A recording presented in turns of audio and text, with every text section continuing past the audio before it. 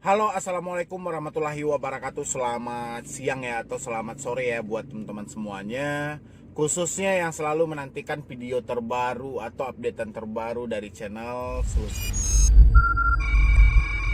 Terima kasih ya buat teman-teman semuanya yang selalu mensupport, selalu menantikan video terbaru atau updatean terbaru dari channel Solusi Hutang. Saya ucapkan ribuan terima kasih buat Anda semuanya.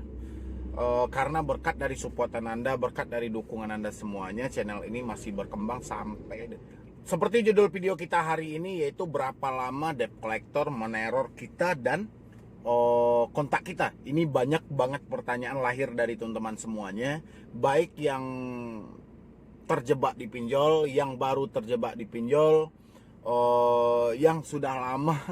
Ini pertanyaan yang paling sering muncul di pikiran Anda, yang selalu menghantui pikiran Anda.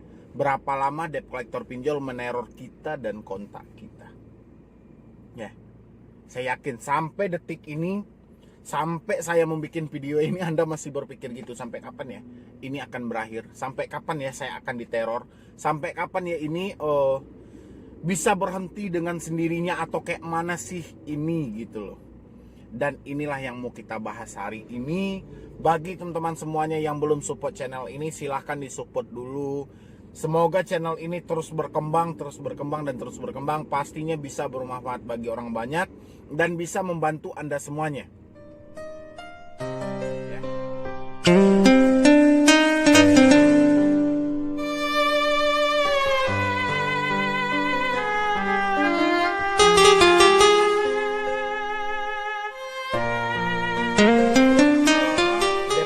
Pinjol akan meneror kita dan kontak kita.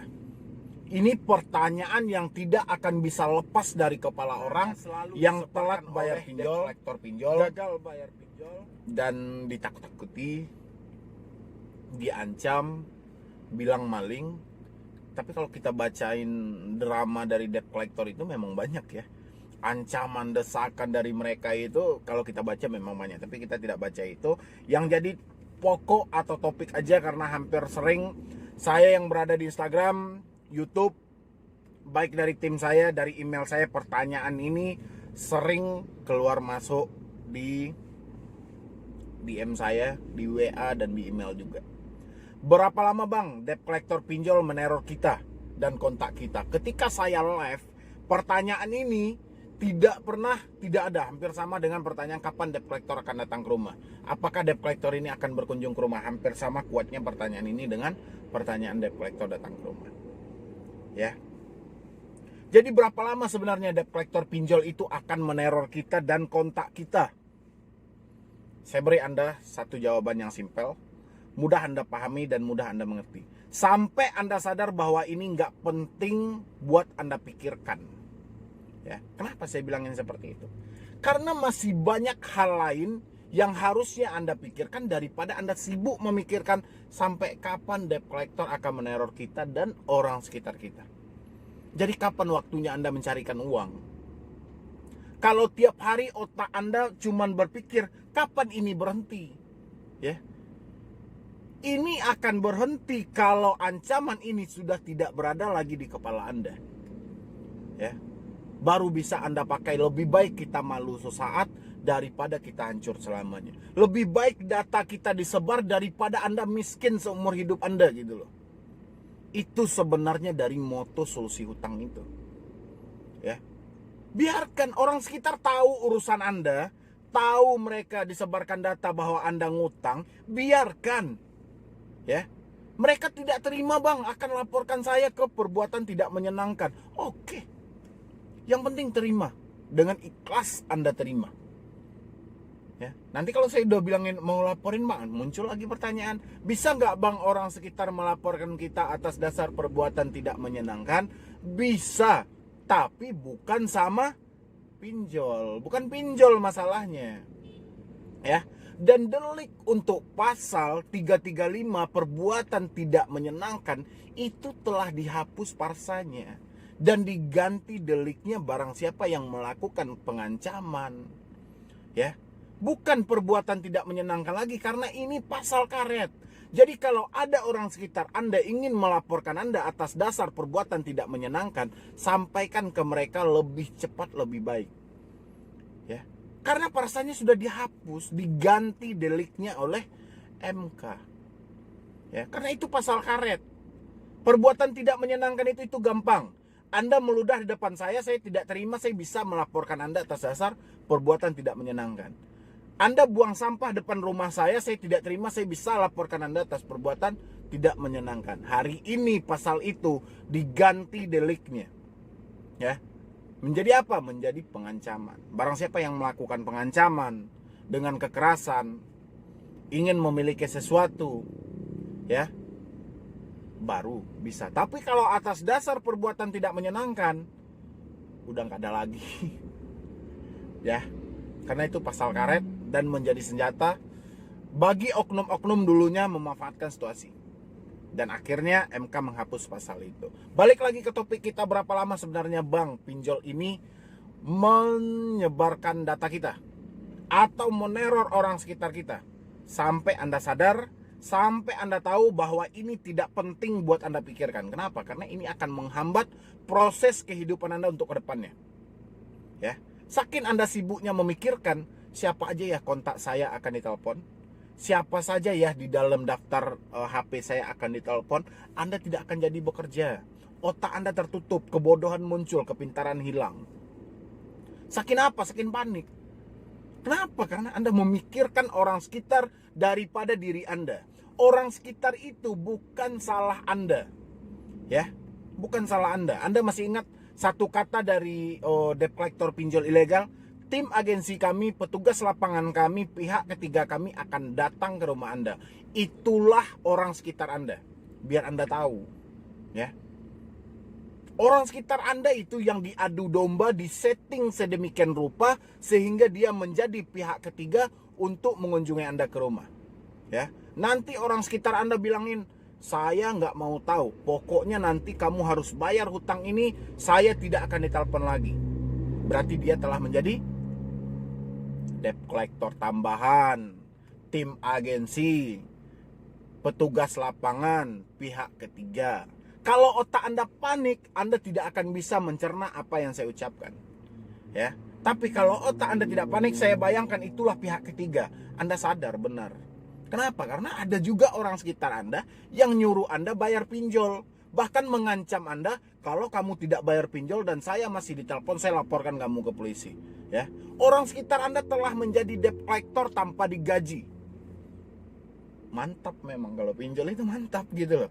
Makanya saya selalu bilangin, kalau di video saya selalu bilangin buat teman-teman itu, kenapa? Karena pertama saya sedih juga, saya kasihan juga, karena saya tahu orang yang lagi ditimpa suatu masalah yang dia tidak tahu jalan keluarnya, itu paniknya minta ampun. Sehingga dia bisa berpikir yang aneh-aneh, yang unik-unik, yang macam-macam untuk menakuti diri dia sendiri. Ya. Jadi kalau Anda sudah menyatakan galbay, telat bayar, teroran itu pasti dan wajib Anda terima. Justru kalau Anda galbay, Anda tidak diteror, ini yang menjadi pertanyaan. Tapi kalau Anda diteror ketika Anda galbay atau telat bayar, itu karena Anda minjam di pinjol. Salah satu ciri dari pinjol adalah meneror. Ya. Menyebarkan data, mengintimidasi, adu domba. Ini ciri-ciri dari pinjaman online. Tidak bisa terlepas dari mereka. Karena apa? Karena mereka tidak tahu di mana keberadaan Anda. Cuman tahu KTP Anda doang, belum tentu alamat Anda di situ. Ya.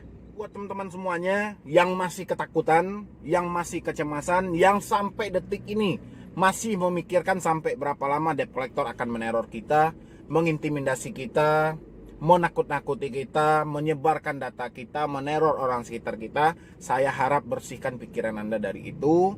Apalagi ada yang memikirkan kapan debt collector datang ke rumah, sampai kapan dia akan mengunjungi kita, kapan saya akan dipenjara, kapan saya akan dipidana, kapan saya akan diperdata. Cuci otak Anda dengan hal yang lebih baik dari itu supaya diri Anda tidak ketakutan.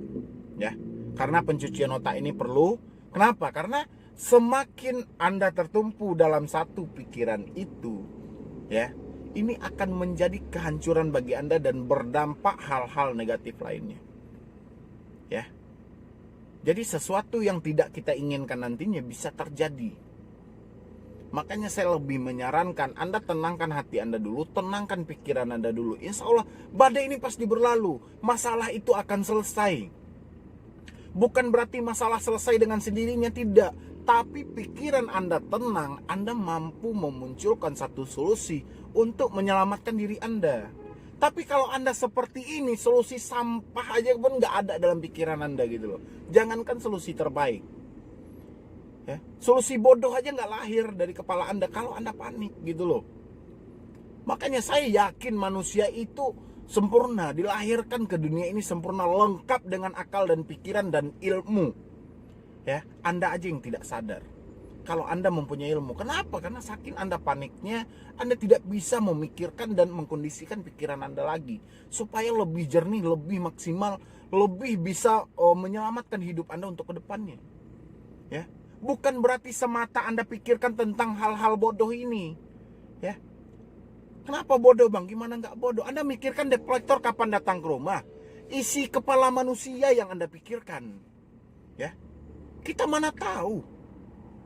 Tambah lagi Anda tanya ke saya, bang kapan debt collector akan datang ke rumah? Ini isi kepala manusia. Kapan dia mau datang kita mana tahu gitu loh. Karena ini urusan kantor mereka. Ya. Berapa lama mereka akan meneror, ini juga tidak tahu isi kepala manusia. Kita pelajari, mana bisa, karena kita bukan Tuhan gitu loh. Makanya saya bilangnya ini hal bodoh yang Anda pikirkan. Ya, contoh saya ini, bang apa isi kepala saya bang? Saya nggak tahu isi kepala Anda apa gitu loh. Ya, sama juga Anda bertanya gitu, seberapa lama bang debt collector ini akan meneror kita? Nggak ada orang yang tahu. Kalau ada orang yang tahu berapa lama debt collector akan meneror, patut kita pertanyakan apakah mereka oknum debt collectornya. Jadi urusan ini seakan ngambang gitu loh. Kalau kita ada yang tahu berapa lama debt collector akan meneror Anda, menyebarkan kontak Anda. Karena ini isi pikiran manusia. Ya. Tidak ada yang tahu. Jadi makanya saya bilangin, buang jauh-jauh pikiran ini, sadarkan diri Anda kalau ini tidak layak untuk Anda pikirkan. Ya, mungkin cuma itu dulu yang dapat saya sampaikan. Terlebih dan terkurangnya saya mohon maaf. Nanti buat teman-teman semuanya yang mau konsultasi atau diskusi sama tim saya, silahkan di nomor yang ada di deskripsi. Atau Anda mau japri pribadi sama saya juga boleh. Silahkan di Instagram saya, follow di layar Anda, tengok di bawah itu ada Instagram @medibroni. Ya, yang penting Anda support terus channel Solusi Hutang, jangan bosan. Dan jangan nyerah untuk mensupport ini. Supaya apa? Supaya saya juga semangat mencarikan solusi, motivasi buat Anda semuanya. Kayak mana mental Anda bangkit kembali, semangat Anda pulih kembali, bahwa permasalahan ini bukanlah sebuah kehancuran ada di dunia ini. Tapi ini Anda jadikan sebuah pengalaman atau batu loncatan untuk sekian kali lipat memperbaiki hidup Anda daripada sebelumnya. Ya. Jadi sekian dulu dari saya, Mendy Broni. Wassalam.